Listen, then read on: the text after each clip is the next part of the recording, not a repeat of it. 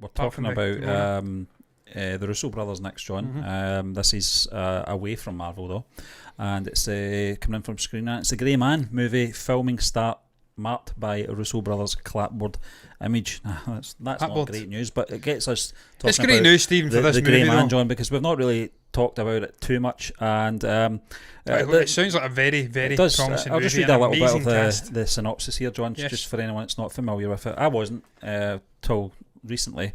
The film is based on the novel of the same name by Mark Greene, released in 2009. The story follows a CIA operative named Court Gentry, who is betrayed by the agency and becomes a fugitive. It's just under the actual Russo brothers picture, John, right at the top. Right up the top, sorry. And becomes a fugitive. Lloyd Hansen, a former friend of Gentry's, is sent after him. Ryan Gosling will star as Gentry, with Chris Evans as Lloyd Hansen. So it's going to be a real cat and mouse game, John. Love these kind of movies. So The Grey Man will be the director's second post-MCU project, and after a few COVID-related delays, the film has finally started production. The Russo brothers posted a picture of a clapboard for the film with the caption "Day One." The cast was tagged in the picture alongside Netflix, which is set to debut the film once it's ready to go, likely sometime in 2022, John. I can't wait to see this film. Because it's the Russos, but because of the cast as well. It's a fantastic cast, and the fact it's based on this very interesting story as well. Yeah, I'm furiously searching up a fugitive there, Stephen, to make my connection with the fugitive. Yes, the actual names I'm speaking. I knew Samuel Gerard, but I was trying to find out Richard Kimball's name. Yeah, Richard. The great Tommy Lee Jones and Harrison Ford. It reminds me of that, Stephen. And this is what I'm hoping we're getting in Falcon and the Winter Soldier on Friday too. A fugitive style story on the run. I love it. These kind of movies. It's always nice. You've got that cat and mouse chase. You've got the thriller aspect. You're on tenterhooks watching this character. That will only happen if you've got a real connection to the story. And we had that in The Fugitive with him being wrongfully framed for the murder of his wife. It was Harrison Ford. I love Harrison Ford. Great actor. At his absolute peak in the 90s, doing that kind of movie. I connected with the character, I connected with the story. That's why the thriller aspects, him getting in and putting himself in danger, you were with that character, living vicariously. I want to see that with this movie. Yeah. With these two actors, these great actors. Looking at it from the studio's point of view, Netflix. Yep. I think they're in this for the long game as well, John. It does say here in this article with a reported $200 million budget, The Grey Man will be the streamer's most expensive film ever made. Clearly, Netflix is quite confident in the directors after their MCU projects, with 10 total books by Greene.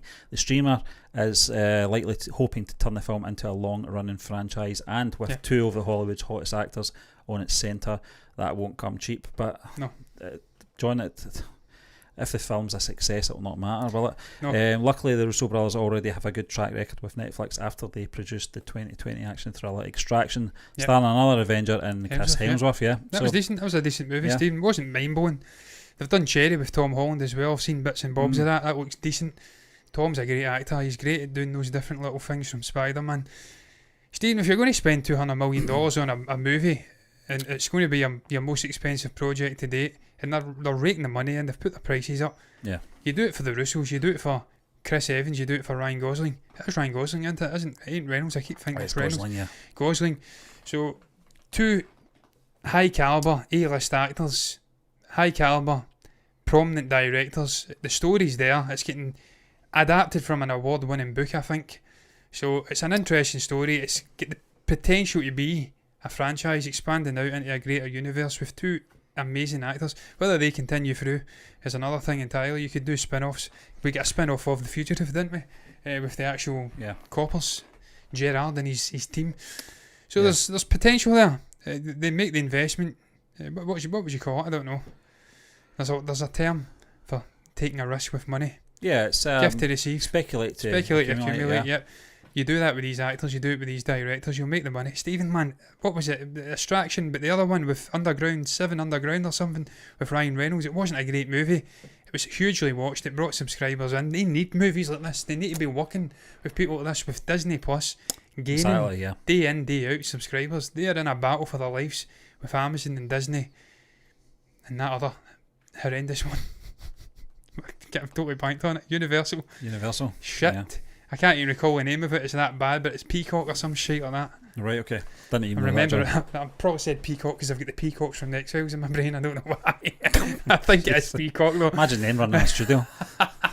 Hammer House of Horror. Oh Jesus, man! But Steve, I've got high hopes for this movie. I'm glad it started shooting, and I cannot wait to see the first trailer just to get a vibe of what's going on with these two actors. You kind of like Chris Evans, don't you? Yeah, he's a great Steve. The guy's an absolute hero to me, man. With doing weight training and just his political views as well. The guy's an absolute hero to me. I love the guy, man. He's just inspirational. All of those Avengers, man. Downey Jr., Hemsworth, Evans, even Ruffalo, he's in good shape too. Those guys are the sort of apex of what you can achieve with good work ethic, determination, discipline. So yeah, I love the guys, man. So hopefully it's a success for Chris and Ryan, because I like Ryan as well. He's a good dude too. So yeah, looking forward to it. Yeah, can't Time wait, will John. tell. But